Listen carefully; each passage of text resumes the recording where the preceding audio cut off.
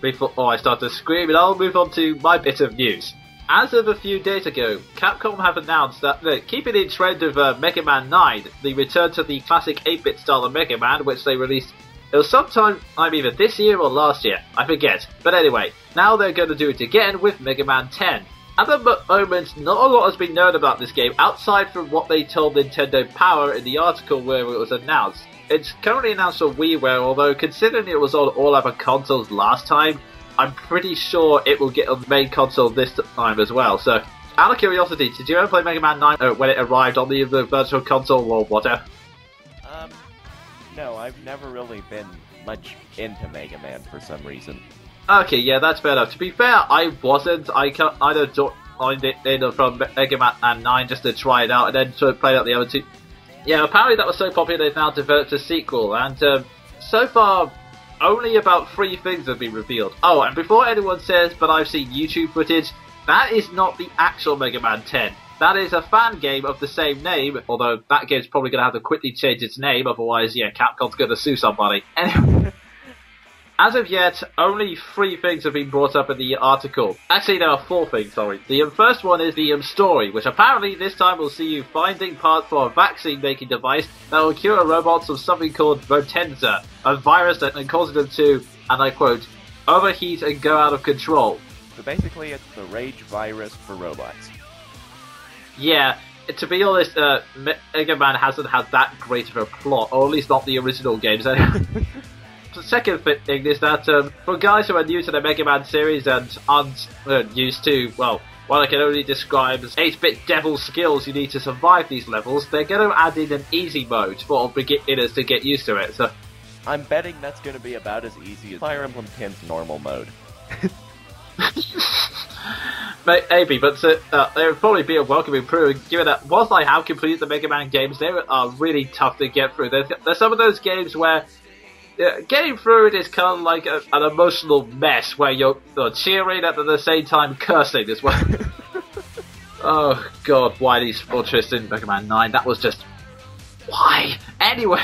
The third thing in this now 4-part list, you'll be able to start off controlling Mega Man, but you'll also be able to control 2 other characters when they get go. Proto Man, who is Mega Man's brother, for those of you who don't know, and a third playable character who they're keeping quiet at the time. And as you can imagine already, forum speculation is going wild about who it will be. Some say it's Mega Man's sister Roll, some say it will be Bass. I think it'd be funny if they introduced a new character and made everyone mad. But oh, that's always fun.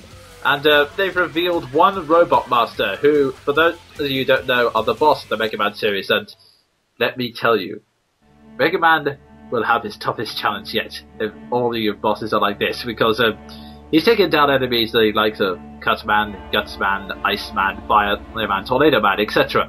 But this guy is intimidating. For this time round, Mega Man will have to take on the awesome might, the absolute terror that is Sheep Man!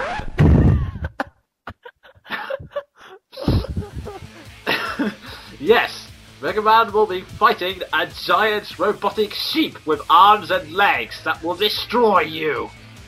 Oh, I am already looking forward to the Let's Plays of people being beaten by that guy.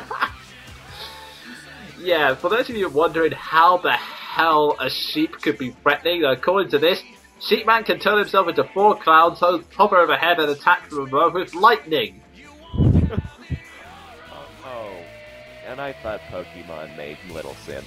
Yeah, as you can imagine, the comments have been a mixture of Sven's reaction and utter horror at the fact of what they quote the Mega Man and his team running out of ideas. First of all, if you're going to push a game to make like 10 and sequels, this is probably what you're going to get. And second of all, this is going to sound really weird, but I think Sheepman is awesome, and I am not saying that out of sarcasm.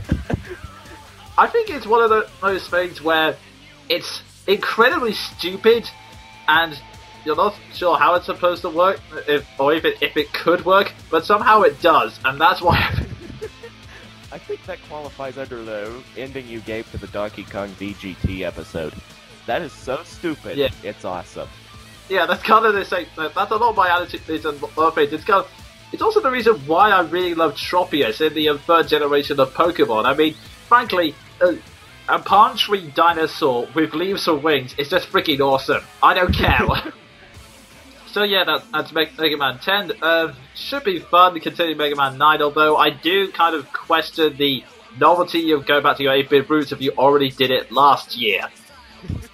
Yeah, I don't quite get that, but it will still be fun, so what the hey. Yeah, might actually have to check that out this time. And looking at the Wikipedia page for 2010 in video games, I just need to add one thing to my section. Yeah. Fable 3. Oh, yes. Quick reminder, what is the Fable series about again? I haven't played Fable 1, but I played Fable 2, and it was basically you against a control freak who wants to basically terraform the world with a giant artifact. And Fable 3 is basically Fable 2, 50 years later, with Fire Emblem style add-ons. Nice. Oh, nice, that sounds good. I'll have to definitely check that out, although the Sword Sword probably won't be on any Nintendo console. Alrighty, moving on to the final piece of news, and this will be a very quick one. For those of you who like JRPGs, then you should be pleased to know that an RPG that was a bit of a stir in Japan and fragile by the company Crusader and made for the Nintendo Wii has officially been given a release date outside of Japan. So we should see it in the West sometime in early 2010. And they've also released an English trailer for it, which admittedly tells you bugger all about the gameplay and story, but it does looks kind of pretty interesting, and ironically, Jonin Bosch is one of the voice actors. Wow. Yeah. You're not kidding. No, I'm not kidding. The narrator. Okay, to be fair, he's not actually edited, but the narrator of that, he definitely sounds like Jonin Bosch. So if it's not, it's his twin brother or something. Well, on the Wikipedia page, listed as the main character. Right. That's him. I swear, it's becoming a meme in this very news report. Yeah, Jonin Bosch, he's now in everything. Which is actually fairly accurate. Yeah. That's it. So some people haven't heard of this game because it's, when I say it caused a stir, it's kind of more of a cult thing because it's got a fairly decent score in Famitsu, which is like the most popular gaming magazine in Japan, and it's like got some vague cult status, but that's about it, so I can't be surprised if you haven't heard of it yet. And looking at the Wikipedia page, I love this game already, because, and I quote, "Some of the objects the player finds can be used as weapons. These include a stick, a bow, a crowbar, and a small hatchet." Nice. A stick and a crowbar. I love this already. Yeah, pretty much what I gather, the premise of this game is you're set alone in some apocalyptic universe. No one's explaining what caused this universe to become apocalyptic exactly, but it's now a barren wasteland and you're wandering around as this like one guy on his own. So basically, and this is almost an eerie parallel, this is the JRPG version of Fallout 3. Whoa. Post-apocalyptic wasteland, you're wandering around alone and you can use pretty much anything as a weapon. I think someone's copying. Yeah. It looks kind of interesting, although for me, I'm kind of worried about it because of the company that made it, Crescendo. On the one hand, they always make games with fairly decent gameplay, and the visuals will always look stunning. That's one trademark for them, but for the past few experiences, all Crescendo games have been a bit iffy. They helped with Baton Kaitos, which had its moments, some really, really good, some utterly laughable, and then there's Eternal Sonata, which I don't want to dive into, pretty much because I'll be here all day, ratting. That, it'll be covered in a future video. Yeah, both of those will be covered in Video Game Troubadour episodes, by the way, so look out for those in the near future. And that's all for the news, so we now move on to the final section. Discussion! Alrighty, this section is basically where me and Sven have a big discussion on a theme, whether it's something that's been bothering me, or whether it's just something I feel we should have a good old hearty talk about. And if you're out there feel like joining in with this discussion, you can then leave a comment and we'll read out some of the best comments we get on this issue next time. Time to move on to the topic of today's discussion. Since with practically every single magazine and TV program has been pointing out, we're coming towards the end of a decade, moving away from the noughties into the tens, which doesn't sound any less stupid. We can now look forward towards a brand new year and a heck of a lot of new games coming out. So yeah, this is basically what we're looking forward to next year and what we would like to see next year in terms of gaming.